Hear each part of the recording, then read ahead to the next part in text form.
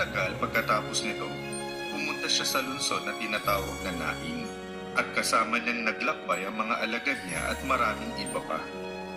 Habang papalapit si Jesus sa pintuang daan ng lungsod, may inilalabas na lalaking patay, ang kaisa-isang anak ng isang babae.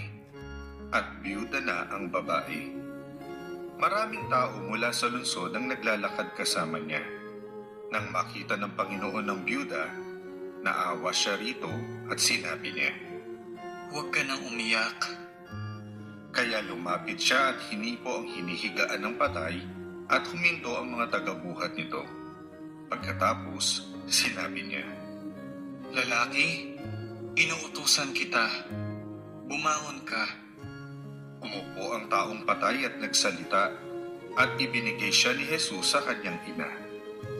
Manghang-mangha ang mga tao. Niluwalhati nila ang Diyos at sinabi, Nagkaroon ng isang dakilang propeta sa gitna natin.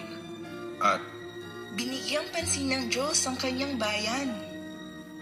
ang balitang ito tungkol sa kanya ay nakarating sa buong Judea at sa lahat ng nakapalibot na lugar.